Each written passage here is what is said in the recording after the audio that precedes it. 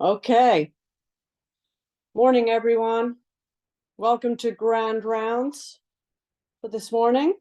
I'm going to start with the land acknowledgement. Ottawa is built on unceded Algonquin Anishinaabe territory. The peoples of the Algonquin Anishinaabe Nation have lived on this territory for millennia, and we honor them and this land. Their culture and presence have nurtured and continue to nurture this land. CHEO also honors all First Nations, Inuit, and Métis peoples and their valuable past, present, and future contributions to this land. So our presenter for this morning is Dr. Ashish Marwaha. He is a medical genetics staff physician at Alberta Children's Hospital in the University of Calgary. Ashish, or Ash, is an early career clinician scientist and clinical medical geneticist focusing on complex immune dysregulation disorders. He has used a collaborative approach to build an integrated research care pathway that aims to diagnose the cause of rare diseases and lead to improved targeted treatment. His research expertise includes whole genome sequencing, RNA sequencing, polygenic risk score analysis, epigenomics, and machine learning integration of multi-omic data. He ultimately wants to use his extensive clinical trial experience to implement precision therapy for this patient population. And the title of his presentation this morning is The Complex Immune Dysregulation Program at Alberta Children's Hospital. Welcome, Dr. Marwaha. Thank you. I'll just share my screen. Okay, it's a great pleasure to come and talk to your group today at CHEO. I've given this talk at a few of the children's hospitals around the country, and I think it's of particular relevance to the pediatric department, because what I'm going to be talking about eventually is how we sort of try and work together in collaboration with many physicians across our department here. So see if I can advance. Okay, so I'm just going to start off by describing what complex immune dysregulation disorders are. It's a fairly new term, and so some people may be confused as to what I mean by that. And then it's going to be very much a case-based sort of discussion. I'm going to talk about three conditions that fall under this umbrella and how through patients we have developed learning about these new conditions often. And then at the end, I'm going to talk about how we set up the complex immune dysregulation program at Alberta Children's Hospital in collaboration with the Research Institute here, and how that sort of aims to integrate genetic testing, functional testing, and even patient engagement in a truly sort of interdisciplinary program here at the hospital, and could be a good model for other similar efforts that are happening at CHEO. So let's start off by describing what complex immune dysregulation disorders actually are. And traditionally, when you think of immunology, you think of the immunodeficiencies because they were the first conditions described, and that was sort of a loss of function in the immune system, whereby you got susceptibility to infection. But subsequent to that, we started finding out about more gain of function or imbalance disorders in the immune system. And it sort of erupted over the last 10 to 20 years. There have been many, many new monogenic disorders described that affect the immune system, but don't traditionally result only in immunodeficiency, but more in autoinflammation and autoimmunity. And I think what's unique about this set of disorders is they don't really have a home, because especially in pediatrics, they could come to almost a number of different specialties and are often seen by a number of different specialties as their primary specialty. So the periodic fevers may come to rheumatology. Some may still end up in immunology, but very early onset IBD belongs in gastroenterology. This hypereosinophilia syndromes I'm going to talk about may come to hematology and so on. And so really, they are truly complex patients who often hit a number of these specialties with a lot of confusion early on. And they do benefit from a collaborative approach in some way, because you probably need to get all of these people in the same room at some point to talk about aspects of their care, sort of reflecting what's happening with complex care in various hospitals. So the first case is a 12-year-old boy.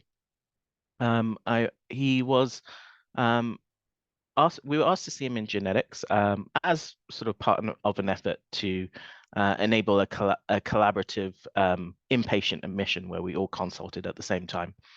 And in genetics, we noted that he was dysmorphic. He had a few dysmorphic features, but really his main problem was this skin rash that was quite debilitating for him. And you can see pictures of it up there. And when we took any biopsies from this rash, all we saw was eosinophils everywhere. And we couldn't really explain the etiology of the rash. He did have some skull lytic lesions shown in the X-ray there early on. Histiocytic disease was thought about, but that was ruled out with other investigations. He had a bit of neurocognitive delay, I would say on moderate side for intellectual disability. He did have hypermobility, some myopia, so a few connective tissue features. He had growth failure. He was well below the 3rd centile for height. And in terms of other atopy, because of the eosinophilia, he did have a bit of asthma and a little bit of allergy, but it wasn't very, very atopic.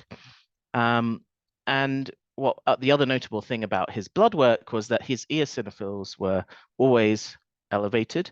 His IgE was elevated and his tryptase levels were elevated. At some point, people thought about an oncologic cause for this, and it's obviously important to rule out. And so he did go for a bone marrow biopsy. But again, all we saw was many, many eosinophils in the bone marrow, and none of the precursors that would make us think of an oncologic cause. And then he also had a bit of eosinophilic esophagitis when he had a GI assessment. But the GI assessment was mainly because he was still in diapers at age like 8 or 9, and he had ongoing encoparesis. And we never really found on the GI scopes the reason for that, but we did find that he had eosinophilic esophagitis that could have been contributing to some of his growth issues with nutrition. And so the simplest test to do in a patient with developmental delay and neurocognitive issues is a microarray that looks for chromosomal deletions and duplications. And that was the first test we did. And we found a small duplication on chromosome 7 that was new in him. It was rare as well. And what stuck out here was when we looked at the genes that were involved in this duplication, one sort of leapt out to us, and that was the IL-33 gene. And I'll explain to you why that, as with a sort of immunologist hat on, made me sort of question whether this duplication was being pathogenic in this individual. There were some other genes in that region that haven't had disease associations that could be contributing to some of his phenotype. And sort of importantly, the normal routine things we do in immunology, like that we have access to clinically, like flow cytometry, immunoglobulins, and all of that, those tests weren't really informative in him. Incidentally, I think because this was a sick kid's case, he did go on to get exome and genome because we didn't want to miss anything because of his phenotype, and we were sort of trying to definitively prove that this was the only sort of genetic finding that could be contributing to his main phenotype. And so we had some genetic evidence for this duplication possibly causing an issue. And the reason was because IL-33, if you know about what that cytokine does, it sort of makes sense. And it's sort of an allergen that's released by tissue cells. It's not released by the immune cells in the blood normally. It's usually released by cells almost as an alarmin. And it interacts with several different cells in the immune system, including eosinophils. And really it promotes this sort of Th2 allergic response is the thought process behind there. And so it would definitely make sense that IL-33 would be recruiting in eosinophils into tissues, as we see clinically in the case. And and it binds to the ST2 receptor that's on the eosinophils and various other cells. When you look at mouse models, interestingly, the knockout mice really show Th2 immunity is altered, so that sort of agrees with the hypothesis of IL-33 being involved in that arm of the immune system. But interestingly, those mice have been reported with other features, so such as ovarian decline, even anxiety as measured in mice. So there could be some roles for IL-33 beyond the immune system for sure. And then when you overexpress it, you actually get an autoinflammatory phenotype that results in an eosinophilic esophagitis type picture.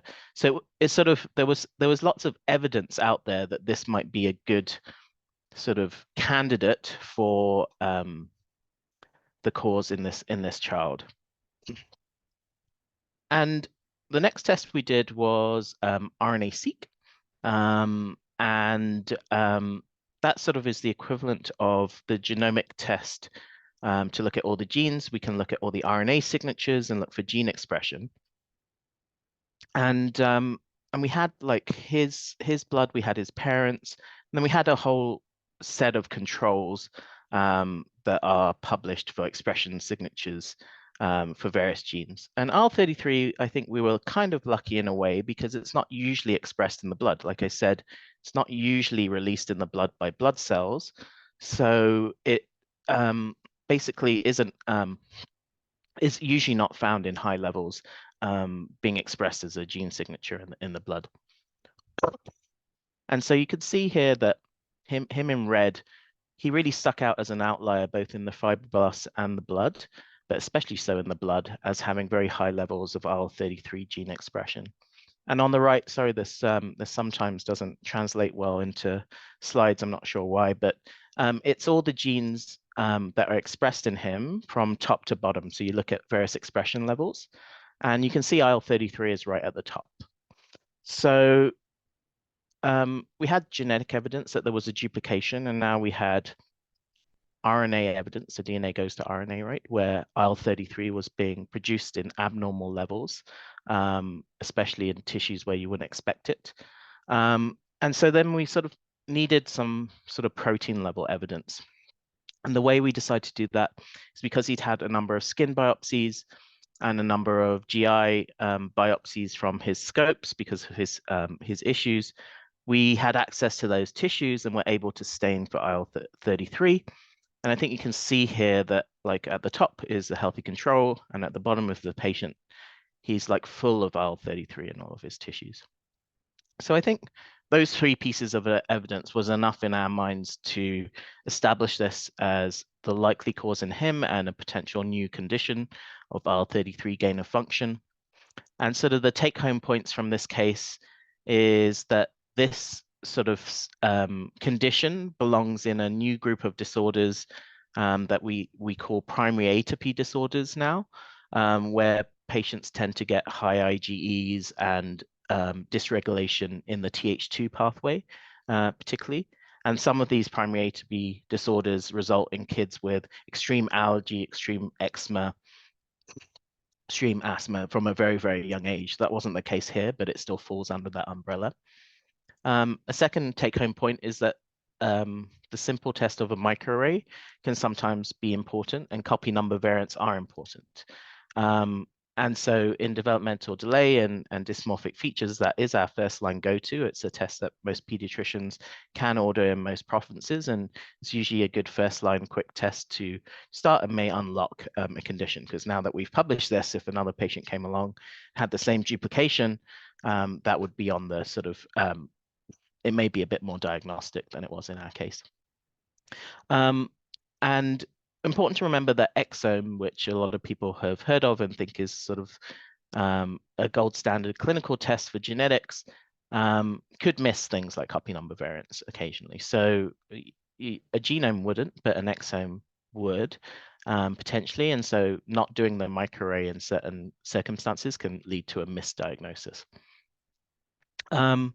And then I think this is going to be a recurrent theme, and one of the reasons I like working with these conditions, sort of analogous to metabolic conditions, there's often a precision therapy that goes with the pathway. So once you've got a patient and you identify what the pathway is that's dysregulated, there's always an antibody that targets that pathway in some way. And in this case, there is actually an anti-IL-33 pathway, which antibody that's actually used in peanut allergy, but we could cross-apply it to this case.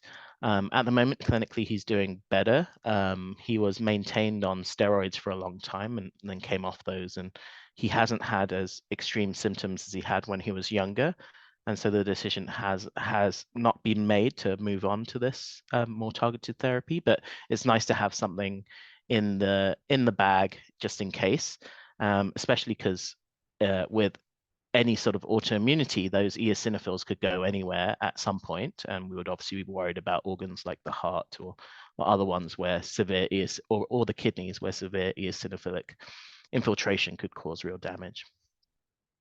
Another point is that the normal things like flow cytometry, even cytokines we sometimes have, were not really informative in this case, but the key to unlocking it were tests such as mRNA-seq and immunofluorescence. And those are, I mean, immunofluorescence is in clinical practice, but mRNA-seq is sort of coming into clinical practice, I think. I think we'll see it within our lifetime for certain applications. And so these could be tests that we can do clinically to sort of sort out cases of genes of uncertain significance in the future. And so this was published in Gastroenterology in 2022. So the second case I'm going to talk about is actually an adult. So I wanted to emphasize that we do see adults in the complex immune dysregulation program. There is a separate team for adults, both within the specialties and within genetics. But most of our adults have graduated from pediatrics, actually. So we've seen them in pediatrics and then they come to adults. And this was the case here. So that this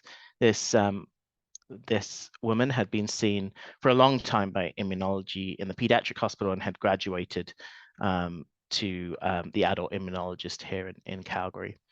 And she had a sort of varied phenotype too. So she was born with hyperplastic left ventricle and an ASD. So that was her main issue because she had to eventually needed a transplant for that. But she was noted kind of through that process, even though she was on immunosuppression, to have recurrent infections that were a little bit unusual, especially some warts, so HPV infection that you don't normally see with the immunosuppression. And she also had this sort of bronchiectasis and restrictive lung picture, which made people think about primary ciliary dyskinesis. And eventually she was put on IV immunoglobulin just to see if it would help boost her immune system without any real reason for why she was behaving atypical for sort of a transplant patient. She had a number of other things that I think were iatrogenic, so kidney disease, and she had a stroke after cardiac catheterization. And she also had a little bit of developmental delay, but much more on the mild side. She was born to cousins who were first parents, so they were consanguineous. And there wasn't really any other clues in the family history. She did have microcephaly on her exam and a rash that we couldn't really characterize in a lot of detail. And then on her investigations, she sort of had some cells in her immune system that were a little bit low, and especially in the T cell compartment. And there was some doubt, occasionally her immunoglobulins would drop, and we weren't really sure whether the IVIG was sort of indicated because they had come back to normal, but she was still on it when I saw her. And so in terms of genetics, she'd had a primary ciliary dyskinesia panel that only had a couple of variants of uncertain significance. We didn't think they were relevant because they were single hits in recessive conditions. And so she moved on to exome sequencing. That was done by myself. And again, what leapt out was this homozygous variant in a gene TNF-RS4, which codes for the OX40 protein, and it's a stop variant. for what it's worth, she also had a gene of uncertain significance on that, which was homozygous for a variant in A1CF. We don't know what that gene does. Again, she has a complex phenotype. So whilst we may be explaining some of her immune issues, there may be more to the story if we find out more about that second gene. And so again, you sort of do an exome, you see a gene on it, and it sort of leaps up out to you as someone who has an immunology background. And why does TNF RS4 or OX40 sort of leap out to me? That's because it's sort of another integral molecule in the immune system. So it's involved in activating your T cells. So when a T cell sees an antigen, it becomes activated and throws up OX40 on its surface, and that binds to the ligand that again is on a number of other immune cells and directs controlling, activating the immune system in various ways. And interestingly, there had been one case reported in the literature, and that patient had human herpes virus 8 infections, a Kaposi sarcoma, some low effector T cells, and it wasn't a complete loss of function in the OX40. There was some expression on the cells, but it was reduced. And that patient also had Leishmania infection. So it did seem to be that if you reduced this protein expression on the surface through a genetic variant, you would get some sort of infection. But from our variant, we're expecting, because it's a stop variant, that the protein shouldn't be expressed at all. So it would be OX40 loss of function. And so we reached out to the author for that paper, which was Jean-Laurent Casanova, who has a lab in Paris and in the States. And we sent samples to him. And we, first of all, could confirm that the segregation worked in the family in terms of the variant. So she had a number of siblings, and none of them were homozygous. She was the only homozygous one in the family. And the data I have so far, I tried to get some more data for this talk, but I couldn't get the patient cell data in time. But they took HEC293 cells, and they either expressed the variant or wild type. And what the variant is in red here on the right, and you can see that it's behaving more like controls in terms of levels of OX40, and as compared to sort of wild type, which is here where there is expression, and especially in the binding to the ligand, there is almost no binding for this cell, for these cells. Subsequently, through that process, they already had another case when I presented this in Saint-Justine. There was another case there that they told me they had that they just hadn't published. So now there's 3 or 4 cases of complete loss of function, and the phenotype is a little bit varied. And so we're sort of fleshing out what this means for these patients. And so what are the take-home points for this?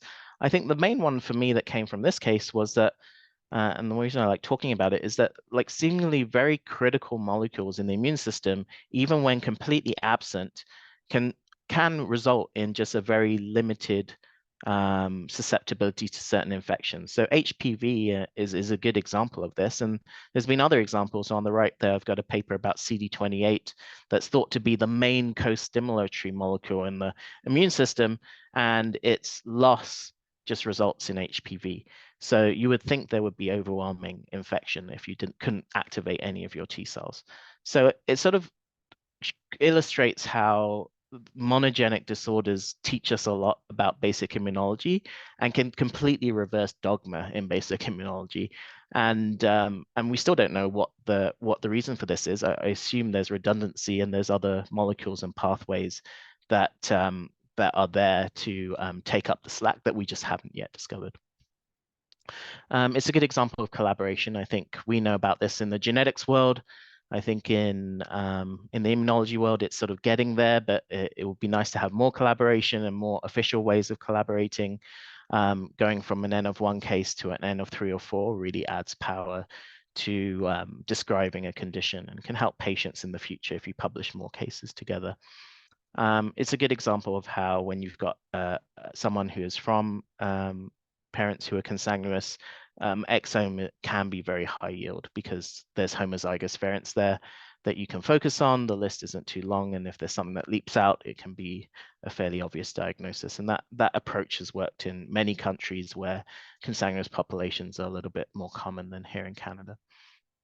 And this case was just easy to figure out with flow cytometry. So that's kind of what they did, and they've done it on the patient cells too. I just unfortunately couldn't get the data in time, but it shows that, like, for a lot of these immune conditions, if it's simple, like there's a loss of function in a protein that you know about, there's often you can do flow cytometry, look for that protein, and if it's absent, you've sort of proven that the variant at least stops the protein being expressed in quite an easy and quick adaptable way. Okay, so this is the last case. So this is, I'm going to talk a bit about LRBA deficiency, and then how we're about to hopefully publish soon a new version of this disorder based on some patients in the complex immune dysregulation program at ACH. So LRBA deficiency is a recessive condition.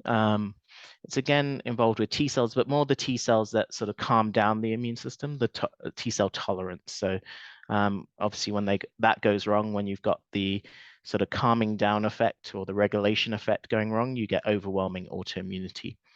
So usually there's biallelic loss of function variants in the LRBA gene, which means it's not expressed, and its usual role is to help stabilize this molecule CTLA4. And when you lose that expression on the surface, you get autoimmunity. And so the phenocopy of this condition is also CTLA deficiency, which is a haploinsufficiency. It's a dominant condition. And usually there's some very, like I said in the last case, there's some very easy flow cytometry tests that are available even clinically now, where you can just look at the LRB expression levels or the CTLA expression levels, and they're down. And again, coming back to that theme of precision therapy, why is this important to diagnose in these kids who could present with a number of things? Well, there's a precision therapy there that is a CTLA mimic that you would choose as your first choice in this disorder, and they react quite well. You can move them to bone marrow transplant, but there is a precision therapy before that. And I think this is a great example, like on the picture on the right, of like that concept I was illustrating of how this sort of patient could end up in any pediatric specialty, including probably your own if you think about it. So these patients get uveitis, so they could go to ophthalmology. They get a number of endocrine disorders like thyroiditis. They get type 1 diabetes very early, so could end up in endocrinology. They get sort of neutropenias and other cell defects, so could end up in hematology. They get psoriasis, they could end up in dermatology. They get lung issues or respiratory infections, they could end up in pulmonology. And they also get arthritis for rheumatology, and can also get gut issues and IBD-like symptoms, so could end up in gastroenterology. So really could present to any of those specialties, and would need to involve many specialties when this diagnosis is made. And so interestingly, we had two patients that came to us in Calgary. They came to me, both of them, and I sort of noted the similarity. And I think that was just a little bit of luck that we had two in one place. And when we reached out now, there's two more that I'm going to talk about, but there's a fifth one that I haven't been able to include all the data, but there's five now. And the two in Calgary were interesting because they were similar in that, and when they initially presented, they both presented with what we call Evans syndrome, which is just hemolytic anemia and ITP or a different cause of thrombocytopenia, so autoimmune cell defects. One of them now has gone on to get sort of a more of immune colitis. When I saw him initially, it was more just diarrhea, not known cause, and we were trying to investigate if that was relevant to his phenotype. And we'd sent the panel, like the panel that we send, which has LRBA on it, and we'd found these missense variants. So remember I said that normally in LRBA deficiency, you would get a loss of function variant, and that's all that's been published so far. So these were variants of uncertain significance. They were missense. Some of them were a little bit more common in certain populations. Interestingly, both of these patients were Ethiopian in ancestry. And when we did the LRBA expression, which is the normal first test you do, well, is the protein missing in any way? That was normal. So so we sort of reached out just because of the clinical phenotype, to some more internal kind of immunology lists where we can match genes. We do have them in genetics, but not a lot of the immunologists use those. And we found 2 other cases. And again, they were a combination of missense variants. What was interesting was that the variants were shared with one or either of our patients. So there were recurrent missense variants. And the phenotype again was colitis, and one patient just had a similar phenotype of Evans syndrome. So again, one of those patients had Ethiopian ancestry, but the other one did not. So there was sort of this new sort of more attenuate. So I showed you all the things that happen in an LRBA deficiency. It's usually quite severe when it happens. There seemed to be a much more attenuated version where you would have just some cell defects, maybe some colitis. So it would come under that VO IBD umbrella, and maybe some shared variants, missense variants in the population. And so this just shows that the LRBA missense cohort, which is those 4 patients in the color here, sort of really behaves differently from the LRBA deficiency, where you see a complete loss of the LRBA expression. And we repeated this all again in the same lab to make sure that it wasn't just an assay issue. And then in CTLA deficiency or controls, you would expect there to be LRBA because that's not where the variant has an issue. So they looked, if you did the normal functional test you would do, they would look as if they had normal function, and these variants weren't contributing. And so we collaborated with a lab in Cincinnati that were interested in formulating more refined tests for LRBA and CTLA, more to move to the clinical lab, so that they have a clinical lab there. And these were they were developing these on a research basis to try and add to this field. And this is really, they came up with a new way to measure both intracellular CTLA and surface CTLA. And you can see, like, at the top is the LRBA missense variant. So this is just a typical chart, but they all kind of look like this. And at the bottom, you've got the controls, and in red is the number, the expression of the CTLA. And hopefully you can see that it's down in the missense. So what seems to be happening is that there is a missense variant. Although the protein is there, it is still affecting function of CTLA of getting to the surface. And so we're sort of proposing that this is a new condition called LRBA dysfunction rather than deficiency, and has an attenuated phenotype. And we're just sort of putting together the final pieces of the story there. And that, again, will be important because right now, when you get a lot of these missense variants on the reports, they're labeled as uncertain variants. And a lot of people think that the phenotype might match, but they don't. They can't. This may change the way that some of those variants are reported. And secondly, that repeat that there's a precision therapy. So these patients should all ideally be on abatacept, and if you try that, and that isn't the first line for Evans syndrome for sure, or for colitis, right? So yeah, in summary, like, there seems to be this new condition, LRBA dysfunction. It came out of the circumstance that we happen to have 2 patients in Calgary. It sort of illustrates that these missense variants, especially in the immune system, are really hard to sort of figure out. So, like, the loss of function, where you got a complete protein missing, is sort of a bit easier. But now we're coming up with a lot more of these close missense changes that are resulting in a different kind of function. And the only way to really pick those out is through functional data and/or collecting a number of cases with the same variant, because they tend to be recurrent.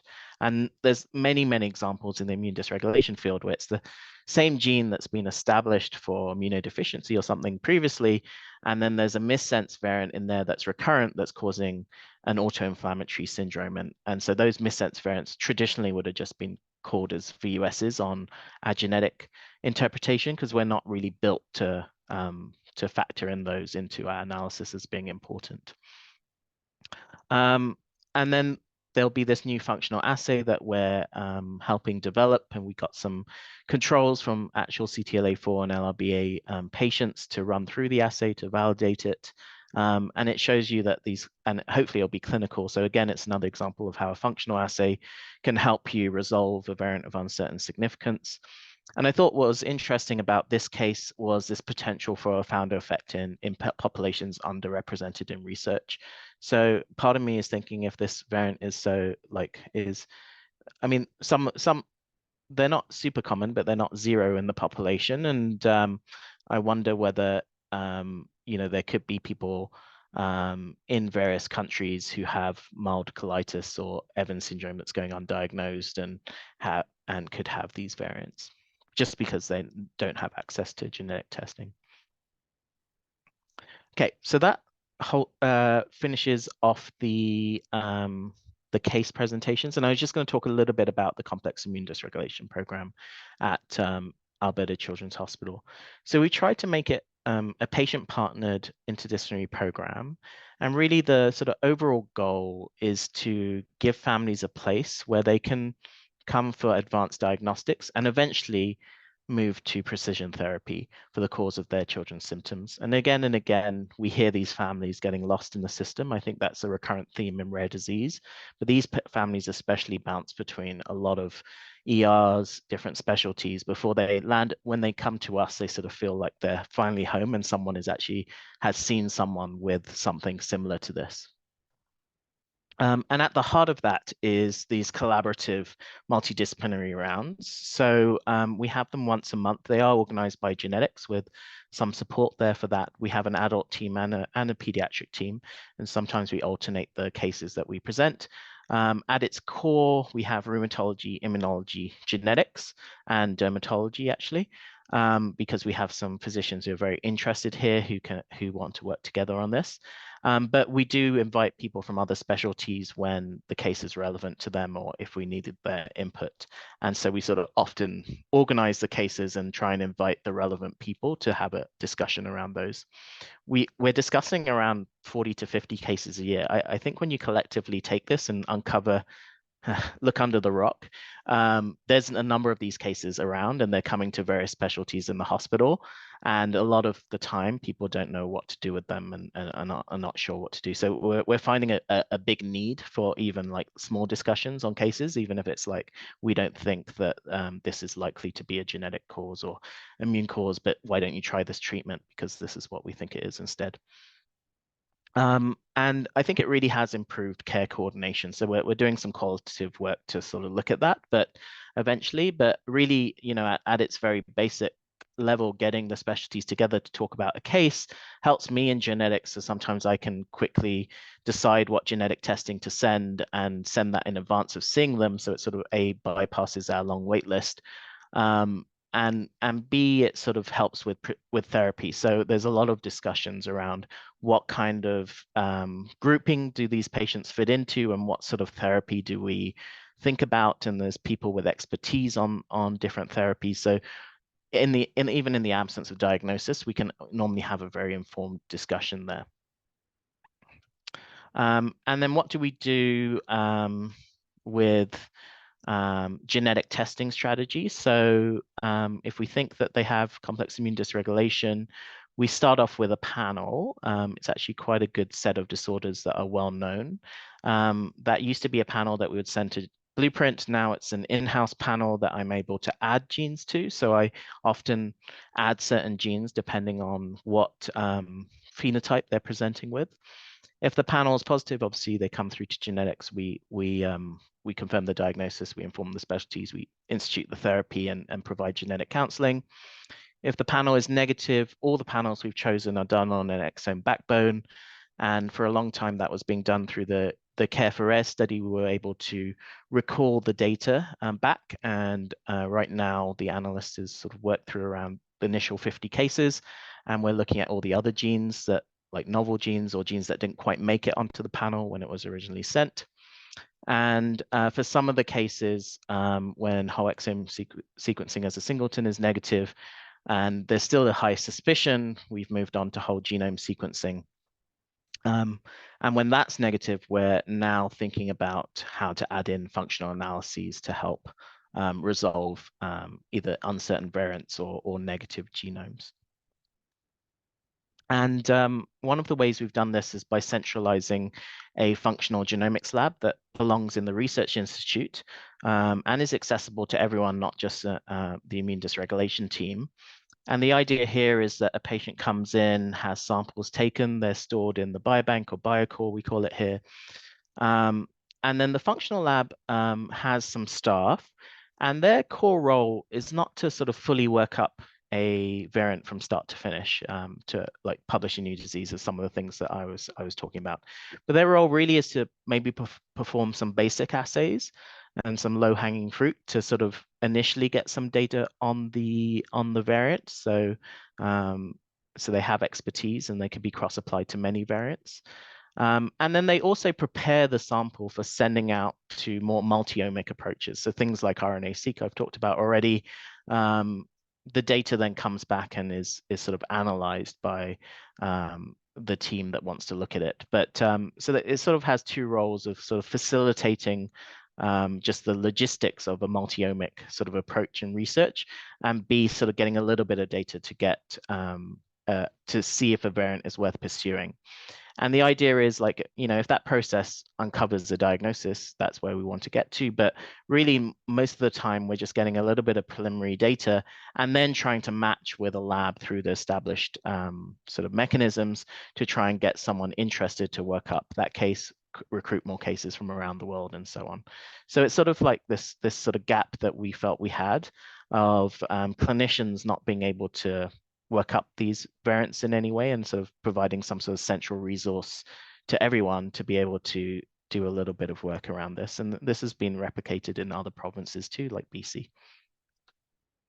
In terms of what I'm doing in my research lab, one thing is that when we get that exome data back, which is just a singleton from a panel, we've developed a slightly new annotation system, which really targets it to the immune system. So we're looking at, there's a extended list of genes that we suspect could be involved in the immune system. So we're lucky that we can kind of predict what genes should, like I've shown you time and time again, when a gene shows up and the person thinks, that makes sense. We're trying to replicate that on the analytic side so that an analyst could see that. And we're also looking at genes that interact with others in the immune system and annotating that on the file and various other things. So that the pipeline for analysis is being adapted to the immune conditions. And then what we're moving on to now is trying to integrate RNA-seq into pairing that with genomes to resolve certain variants. So it's very good for things like splice variants. But I showed you that sort of expression data could be helpful in certain cases. And there's various other ways that you could sort of use RNA-seq and use the RNA to sort of help increase the yield of genomes potentially. And I'll finish off with just showing you one of those ways that we've thought about this. This is something we worked on over the summer, whereby that I think will have lots and lots of applications. I'm kind of excited about it, so I just snuck it in at the end.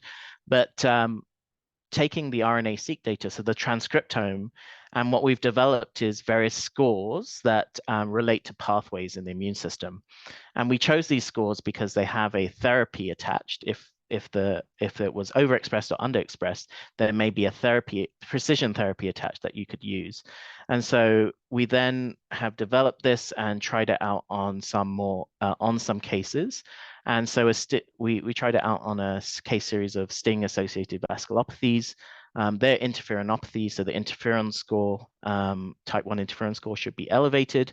We replicated that and found that. That means that JAK inhibitors are indicated in these patients, which we know about. And we're excited now to sort of apply it to more cohorts and seeing if we can pick out, even in not necessarily monogenic disease, but even in common disease, a way to use the transcriptome to target therapy. And so I'll finish there, and just with my acknowledgements, and there's too many people on this slide to thank, but I want to make sure that everyone was listed there. And I'm happy to take a few questions if there's time at the end. Thank you very much, Dr. Marwaha. Yeah, I think there absolutely is time for questions. So I'm just going to look at the chat here and put your hand up, folks, if you have a question for Dr. Marwaha.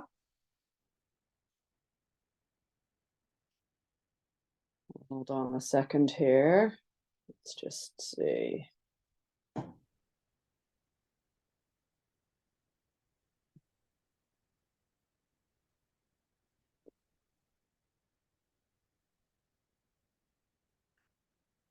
I'm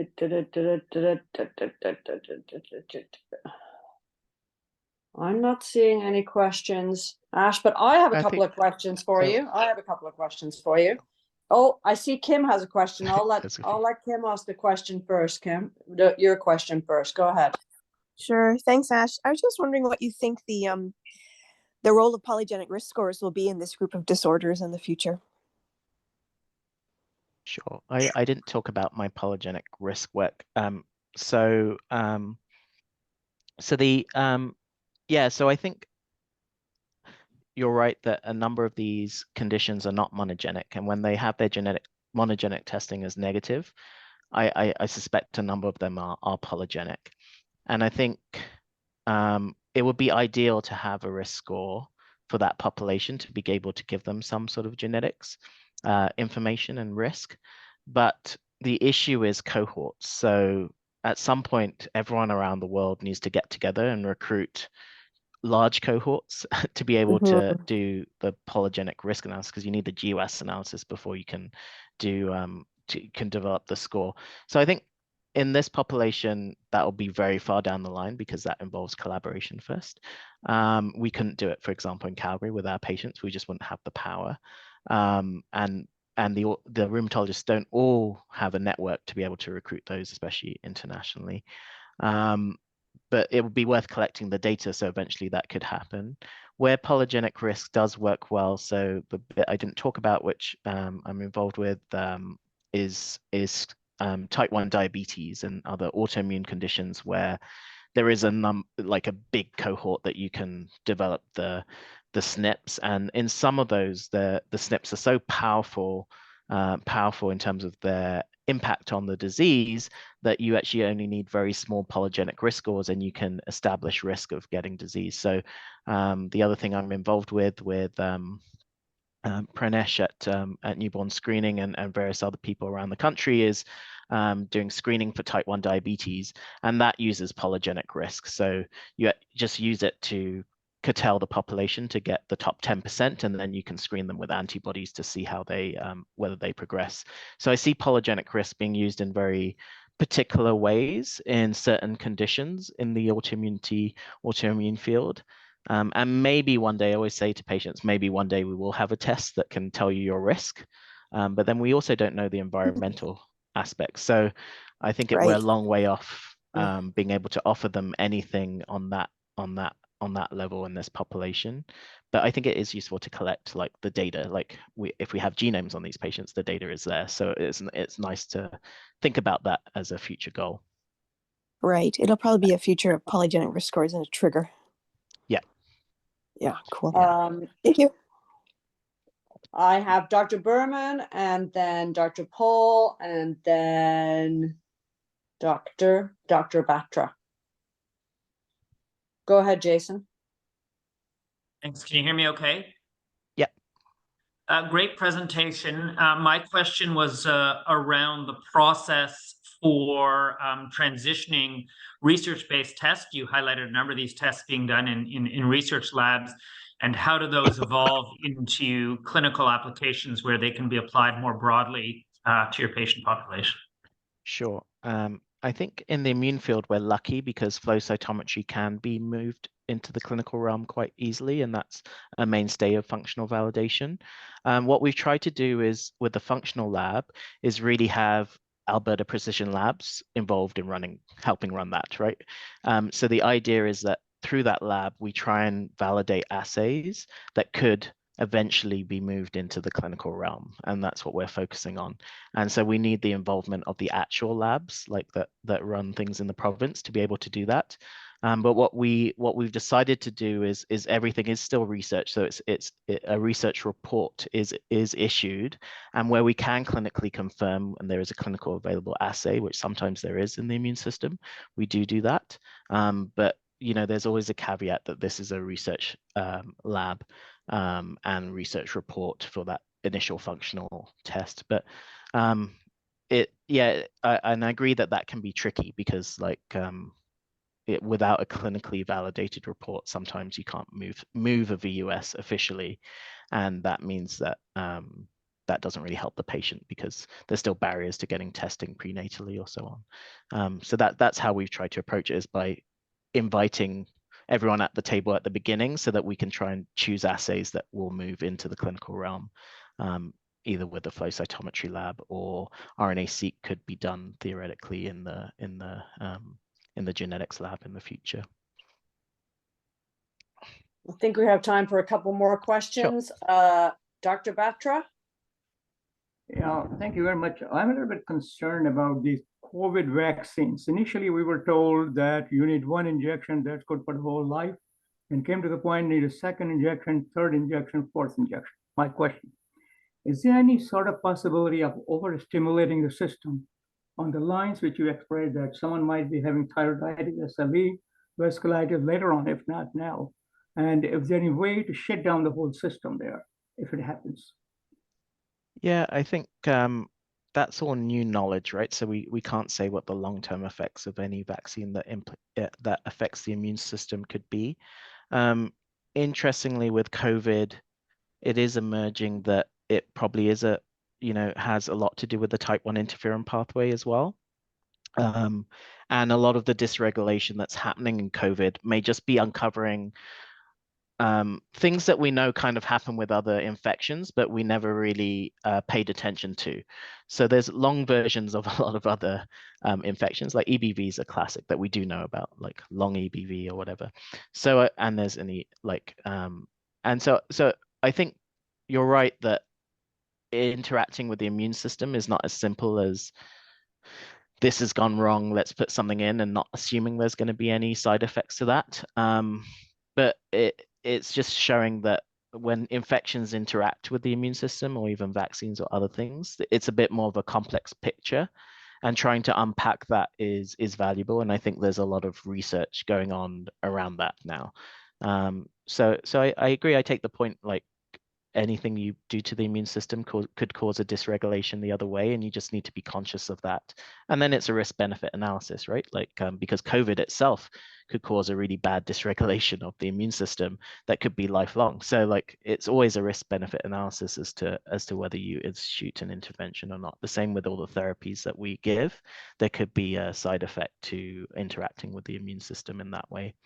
And then at the end of the day, the patient understands the risks and takes them on whether they want to or not. Thank you. And we've got time for one last question from Dr. Chakraborty.